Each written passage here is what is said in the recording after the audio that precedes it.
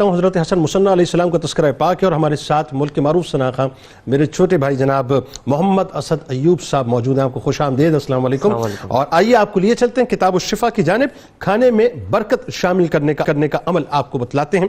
کھانے میں برکت شامل کرنے کے لیے کھانا کھانے سے قبل اول و آخر درود پاک کے ساتھ بسم اللہ وعلی برکت اللہ پڑھنے سے کھانے میں برکت ہو جاتی ہے. حضرت حسن مصنع علیہ السلام کا کمال قول مبارک کے صاحب کہ دو قسم کے آدمی لوگوں کے لیے نہایت نقصان دہ ثابت ہوتے ہیں. ایک وہ صوفی جو علم دین سے عاری ہو اور دوسرا وہ عالم جو زہد و تقوی سے خالی ہو.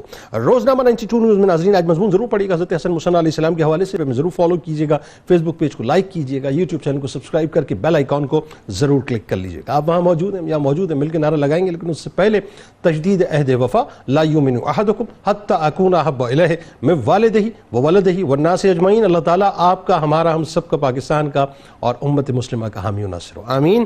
پاکستان کا مطلب کیا؟ لا الہ الا اللہ محمد رسول اللہ صلی اللہ علیہ وسلم. جناب